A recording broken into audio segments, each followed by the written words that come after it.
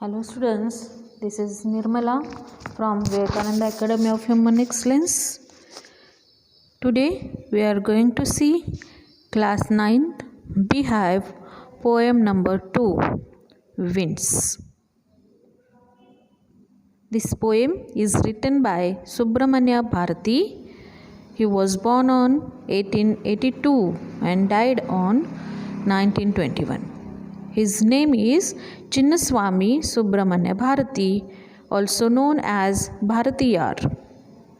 11th December 1882 he born and 11th September 1921 he died. He was a Tamil writer, poet and journalist, and Indian independence activist and social reformer from Tamil Nadu also. His numerous works were fairy songs kindling patriotism and nationalism during the Indian independence movement. He was an activist at the freedom struggle. Now we will turn towards our poem. Wind, come softly, don't break the shutters of the windows, don't scatter the papers, don't throw down the books on the shelf. Their book was what you did. You threw them all down. You tore the pages of the books. You brought rain again. You are very clever at poking fun at weaklings, the poet is saying here. Poking fun means making fun on anyone. Frail crumbling houses, crumbling doors, crumbling rafters, crumbling wood, crumbling bodies, crumbling lives, crumbling hearts. Crumbling means falling or to cause something to break. Because of window, everything is crumbling or breaking here. The wind god winnows and crushes them all. So, wind god is there which is winnowing to break grain free of chaff or separate grains from the dust or whatever dirt is there. He won't do what you tell him. So come, let's build strong homes. Let's join the doors firmly. Practice to firm the body. Make the heart steadfast. Do this and the wind will be friends with us. Steadfast means firm. So poet is telling to us that we will build the homes. We will see its explanation. So here when a poet tells the wind, it is not listening. The wind blows out weak fires. He makes strong fires roar and flourish. His friendship is good. We praise him every day. We can make friendship with wind. It is good for us. We will praise to him every day. Flourish means to grow. It will grow. Its strong fires also grow because of wind. If we make friendship with wind, it will be good for us. Now we'll turn towards the explanation. We have seen about the author. Now about the poem we'll see. The poet advises us to be strong in mind as well as body. The wind symbolizes the difficulties and challenges that we face in our life. The poet suggests that we should face all of them boldly and stay firm in difficult situations. Whatever the situations come in our life, we should stand firm. Whether wind or any type of circumstances come in our life, we must be firm in any situation. The poem can be summarized in following ways to prove the fact represented by Subramanya Bharati. Violence and destruction we see now around us all the time. Although the poet requests the wind to blow gently, but it does not accept the plea. The wind blows violently and causes destruction. Result of storm: the wind breaks the shutters of weak windows, it scatters the papers and throws down books on the shelves. Everything, whatever weak is there in wind's way, everything will be broken by its speed. It will cause destruction. It is violent. Wind is violent. Wind is destructive. fun of Almighty Wind God. The poet has regarded wind as God. He says that he makes fun of the weak persons and things. The fast blowing wind destructs weak houses, weak doors, and weak bodies. Whoever may be weak is there, those all things will be destroyed because of speedy wind. And poet is saying wind is as a god. Then what suggestion poet gives? Subramanya Bharati suggests us to build strong houses and strong doors.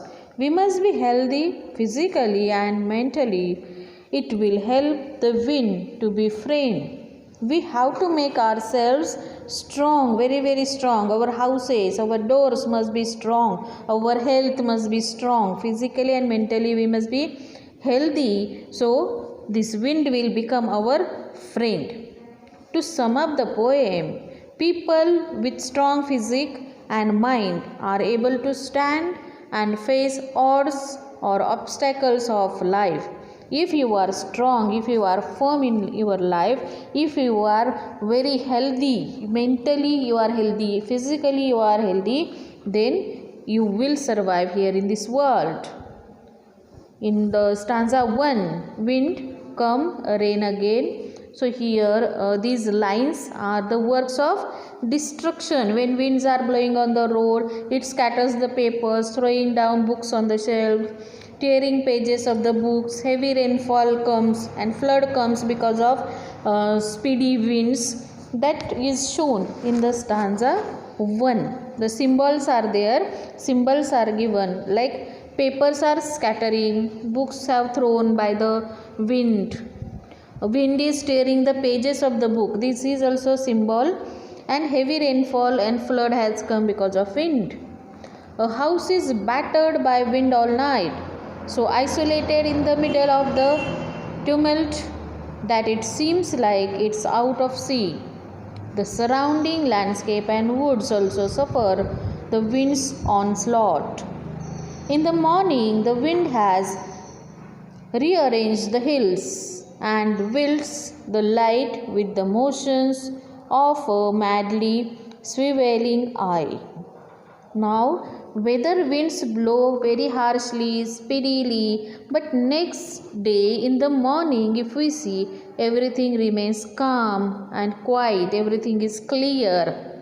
So, these things have been explained by the poet here.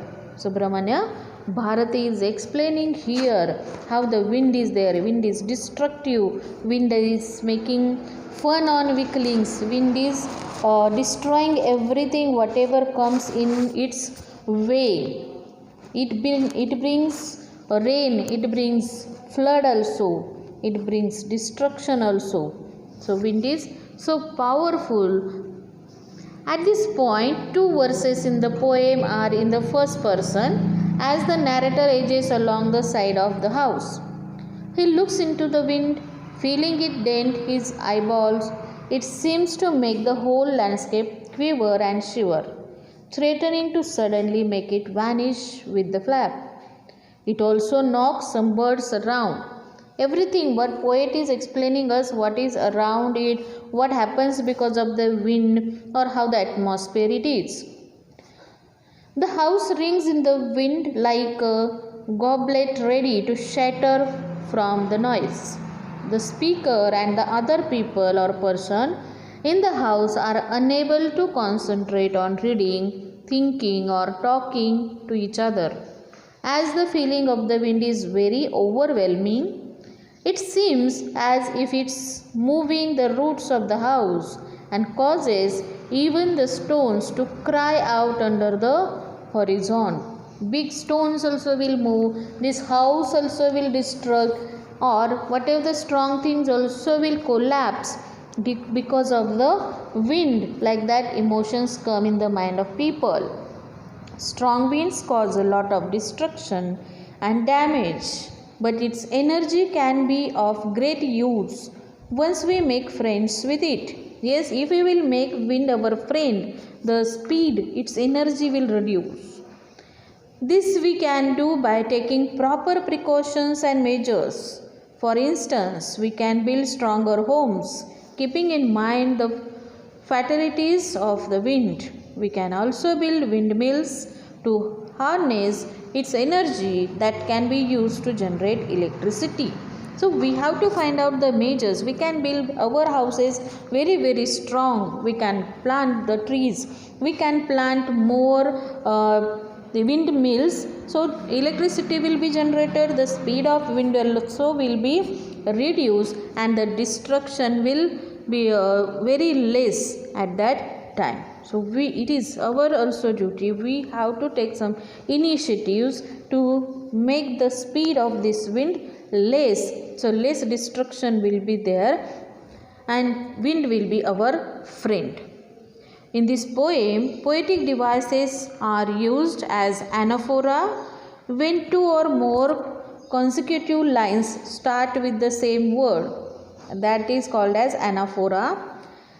Expresses, it is the vivid description of a scene through the imaginative act of narrating and reflecting on the action, where in the poet may amplify and expand its meaning. So which description about winds are blowing every day, winds are there, but how it has explained by poet.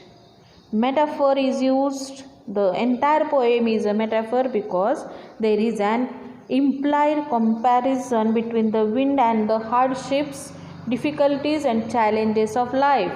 Wind is explained as a challenges, how every day in everyone's life challenges come and we overcome those challenges, we tackle those challenges. Personification is also used when animate qualities are given to inanimate objects. This wind is animated. We have given it that wind is thinking, that on the weakling only wind is affecting, like that. Wind can't think. Wind can't identify who is weak or strong. It will destroy whatever will come in its way. Apostrophe, it is a poetic device in which the poet addresses an absent person, an abstract idea or a thing. It is used. Metaphor, personification, apostrophe, these poetic devices are used in this poem. In this way, we have seen poem Wind written by Subramanya Bharati. Thank you.